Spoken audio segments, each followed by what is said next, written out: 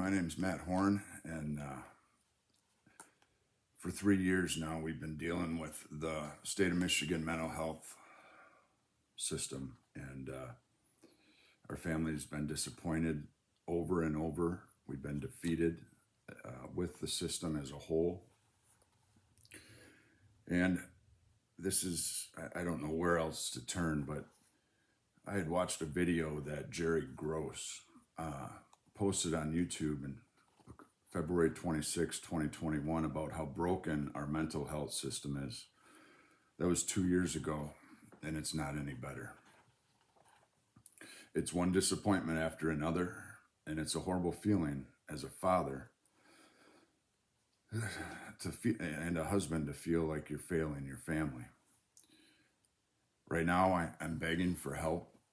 I don't know where to turn, and I just want to go over the last 2 years of what we've been through and what we've reached out for help and gotten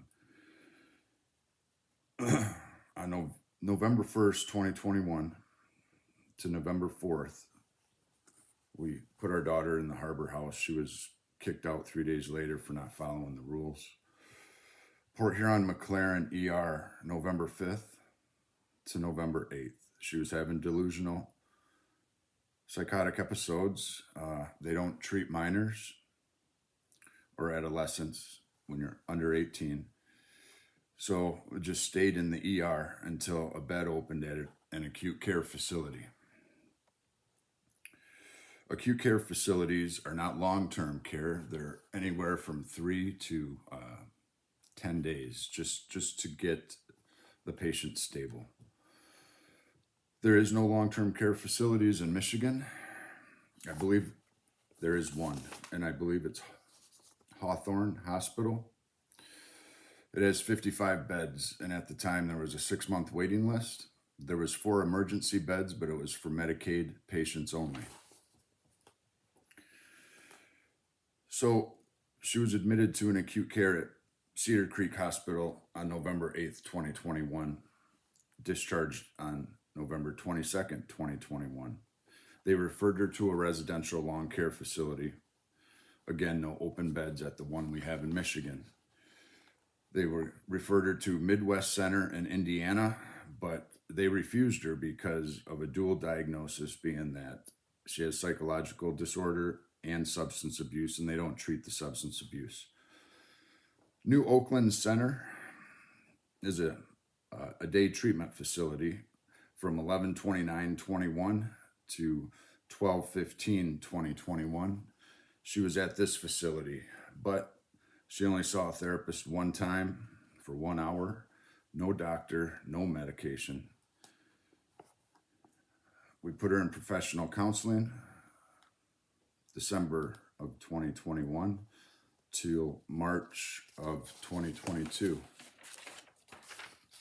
I had counseling once a week, but then it took 6 weeks to even get an appointment to see a psychiatrist. And by then we were back in the ER. Port Huron McLaren ER, February 25th, 2022 to March 6th, 2022. 10 days. When I say 10 days in the ER, it was 10 days in the ER. My wife had to sit with her because she was under 18. She was still a minor. It was a horrible experience. You put someone in the ER for 10 days, confined to a bed without a window, with curtains for walls, and the chaos of the ER. Who wouldn't go insane? They released her because they needed the bed.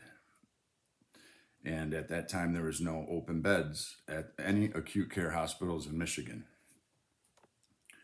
We returned a week later because she was having severe delusional psychotic episodes. This time, we were in the ER for another 5 days before they found an acute care, Pine Rest Mental Health. She was there from March 18th, 2022 to April 3rd, 2022. Unfortunately, again, they only keep her until she's stable, which is 3 to 10 days. There's no residential mental health hospital that had open beds and we didn't feel safe bringing her home. Again, the only state hospital is Hawthorne for adolescents, and it has 55 beds, and there is a 6-month waiting list. She went to Common Ground from April 3rd to April 17th. It's like the Harbor House in Port Huron, but it's in Royal Oak. She stayed here while my wife called dozens of places throughout the United States to try to find an adolescent residential mental health facility. Finally, one in Tennessee called Village Behavioral Health. This is the first time she's finally accepted into a long-term care facility. From 4/18/2022 to 6/8 of 2022. This was in Tennessee. They released her early. She only spent 4 weeks there because now at this point, my Blue Cross Blue Shield insurance wouldn't pay anymore. And we couldn't afford the over $300 a day. We did pay for an extra week. They said, we'll give you a discount price of $4,000 for 10 days. We were actually starting to get somewhere with Emma, but we could only afford to pay out of pocket for so long. The insurance denied coverage, and we explained how dire it was. We appealed it twice. The hospital in Tennessee appealed it. And we explained that there was an ongoing police investigation that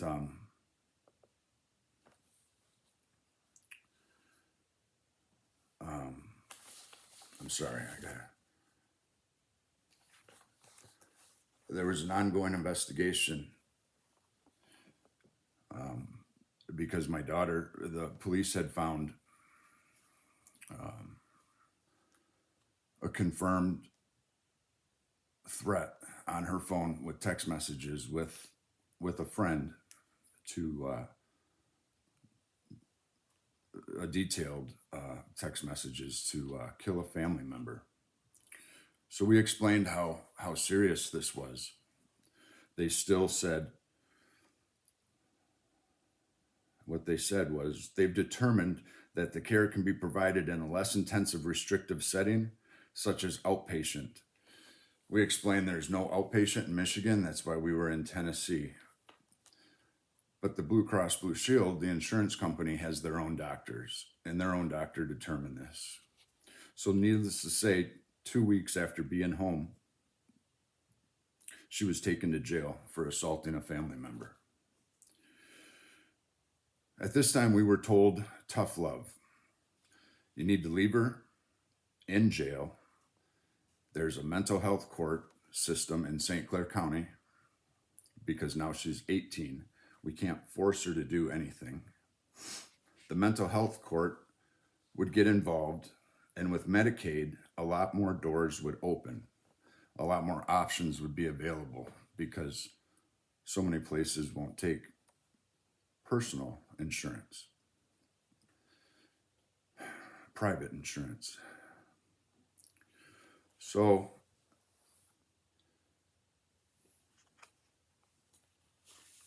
on July 13th, 2022, she was arrested and put in jail.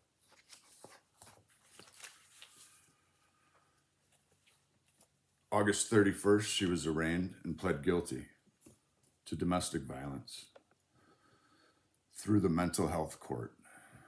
So now they have custody of her. She's supposed to be released to Department of Community Mental Health housing facility, but there was none available. This is August 31st. So September 15th, I reached out to her probation officer and judge and wrote a letter stating, after talking with my wife yesterday, it's been another disappointment with the mental health system. I took some notes that I'd like to share with you. Tomorrow, I'm calling an attorney that will hopefully take the case, and how the state of Michigan, Department of Community Mental Health, and so many other areas have literally failed us and my daughter. My daughter deserves help at this point, and the system is abusing her. She's gotten no mental health treatment in the more than 2 months she's been in jail. I know this isn't your fault. I'm not blaming you. It's what everyone keeps telling us. The system has failed. Well, at some point, someone has to fix it. And I'm going to try everything in my power to do whatever I can, because there's not a day that goes by that I don't think of my daughter, and it breaks my heart. You can let the judge know all of this too. After that letter, on September 15th, my mom reached out, and she reached out to Debbie Stabenow. She reached out to Georgia Baldwin, the county commissioner of St. Clair. I believe she was able to talk to her on the phone, and I believe she said what everyone else said: it's a failed system, I'm sorry. She reached out to Andrew Beeler, our state rep. Andrew Beeler, Debbie Stabenow, they never returned calls or emails. She emailed Senator Dan Lowers, and she said, "This is the third time I have contacted you. Could you please?" She begged him that our family needed help. He replied with a letter admitting Michigan has a broken mental health system. We're working on it. We're sorry about your family's experience. Finally, they found a place. She was released from jail in October. So she spent 3 months in jail because they couldn't find an approved mental health facility for her.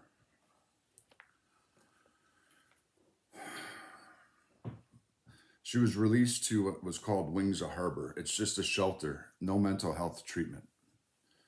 So she was kicked out of there after a few weeks because, of course, they don't do any mental health treatment. They didn't know how to deal with her. So after that, let me go here. The court, the mental health court, there's a whole list of things that they needed to comply. The defendant must reside in housing approved by mental health court, community of mental health, abiding by all house rules. The defendant must take all medications as prescribed. All psychotropic medications are to be dispensed through community mental health as mandated. And she was to get a psychiatric evaluation. Well, let me tell you, since she got out of jail in October of last year, she never saw a doctor. She was never prescribed meds. And she had stopped taking her meds at age 18 when she felt that she was an adult. Didn't have to. The Department of Community Mental Health has done nothing for her. The only thing they've given her is once a month for 40 minutes. She's seen a therapist.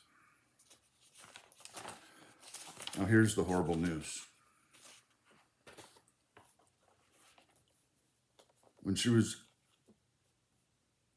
After she was kicked out of the shelter,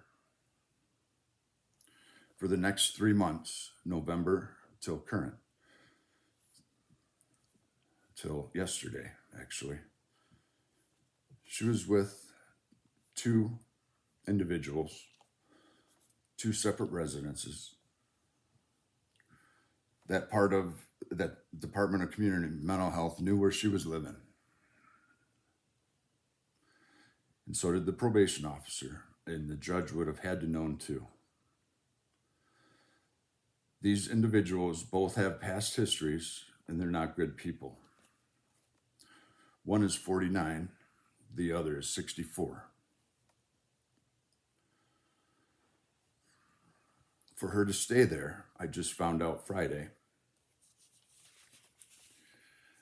she was having to have sex for rent, and they were also giving her drugs for sex. Now you tell me, for 3 months, why the Department of Community Mental Health,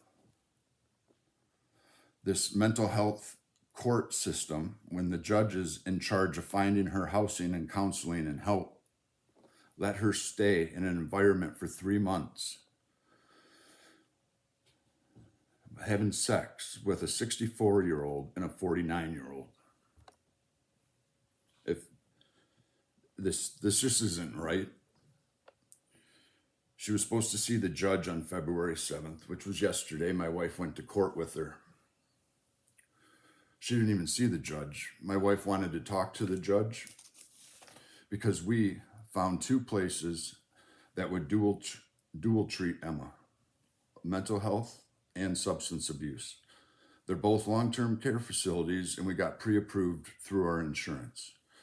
They both accepted her, and this was the first time in the last 3 years Emma ever agreed to want to go get help. One's in Houston, Texas. It's Into Action Recovery. The other's in California, called Hope by the Sea. We need the judge's permission to let her go out of state. Judge Tomlinson of St. Clair County has yet to release her to go. When she went into court, of course, my daughter was strung out. My wife went, and so did my mom. At 3:30, she didn't even see the judge. They put her in a room with the Department of Community Mental Health lady to figure out the options. At this time, the Department of Community Mental Health said they won't let her go out of state. So she was sent back to McLaren Hospital for a psych evaluation. That was 4 p.m. yesterday. She's still there. It's 5 o'clock on the 8th. She was just finally seen by a psychiatric nurse, and she's still in the ER. Now she might be in there for weeks, days, because they want to send her to another acute care facility where she will only be there for 3 to 5 days. And then the Department of Community Health's other option, we'll send her to the Meridian House or the Odyssey House. Those are both substance abuse facilities that do not treat mental health. She needs mental health treatment and substance abuse. We found the two places that would treat Emma. But at this time, the courts have the control over her. And mental health has failed us. The Department of Community Mental Health for 3 months has not done a psych evaluation. She never saw a doctor. And of course, the 3 months in jail, she never did either. I don't know who else to reach out to. Even her drug tests. She's failed numerous drug tests. I feel she would have been better put back in jail. At least she would be sober and not being sexually assaulted by 64-year-old men. My daughter is broken, and it's breaking our family.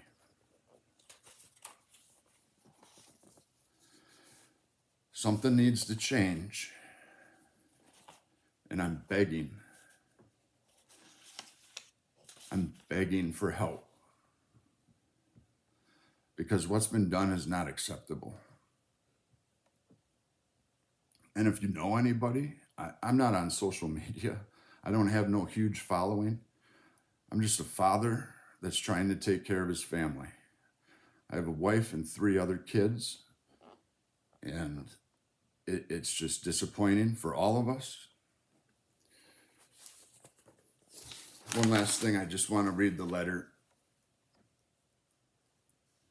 that I wrote the judge on August 24th. This was after the assault, when she was put in jail.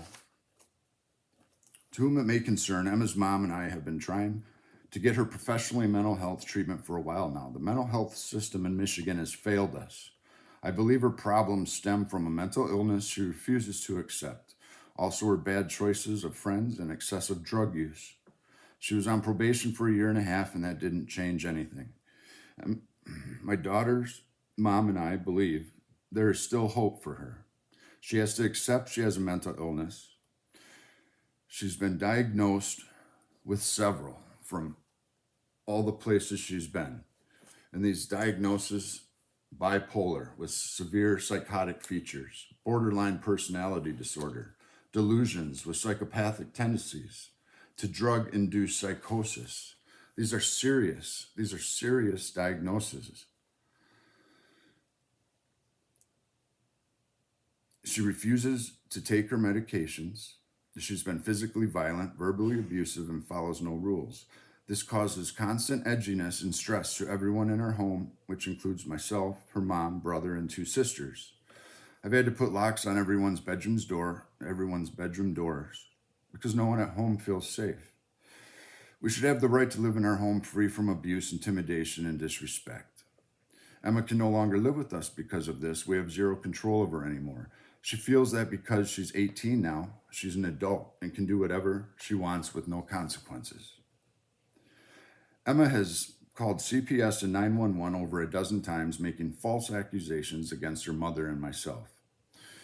That alone led to 3 separate investigations that lasted over 2 years, what felt like harassment, and we were treated like the guilty ones, until we finally had to retain an attorney, and then all cases were found to be frivolous allegations and closed.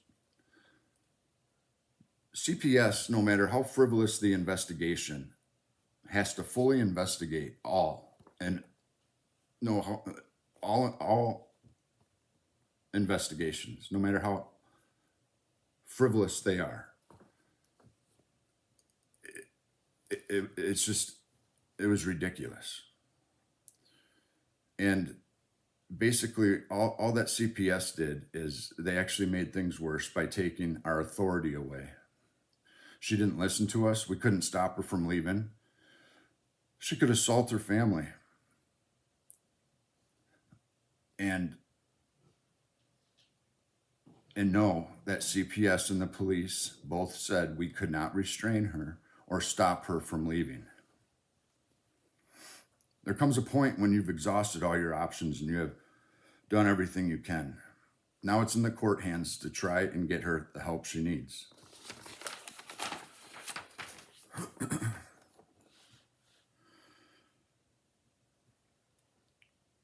I'm explaining all this, and this is only a fraction of what we've been through. So you have some sort of idea of what we've tried to do. When she first came home from Tennessee, she was doing pretty good. She was put on a tether for 2 weeks until her probation was over. As soon as her tether came off and she got off probation and she turned 18, she was right back to making horrible choices. She would leave for days. We didn't know where she was. She would come home messed up on something. She was using again, hanging out with bad people. I struggle every day with this, wondering if there's something else we could have done. I love my daughter, and I don't want to see her in jail or fall through the cracks of a broken mental health system. I only want her to get the help she needs. Hopefully she can learn to accept and deal with having a mental health issue, live a normal life without bad people and drugs. I hope that the community mental health can help her, and I hope you can give her a chance. I'm only afraid she's not going to accept or realize it. I don't want restitution, or I don't want to see her in jail. I want her to get the help she deserves. That's all I want. We found the help for her. We just need to get her there. But this system has failed so many people. Somebody needs to be held responsible. The Department of Community Mental Health needs to be held responsible for the 3 months that she was out on the street, that they just slipped through the cracks and forgot about her. I don't understand. We were told, leave her in jail. The mental health court will help her. Now that she's 18, she'll have Medicaid, and Department of Community Health has lots of other options available. The judge can force her to get help, as we can't, due to her being an adult now. Well, they've done nothing for her.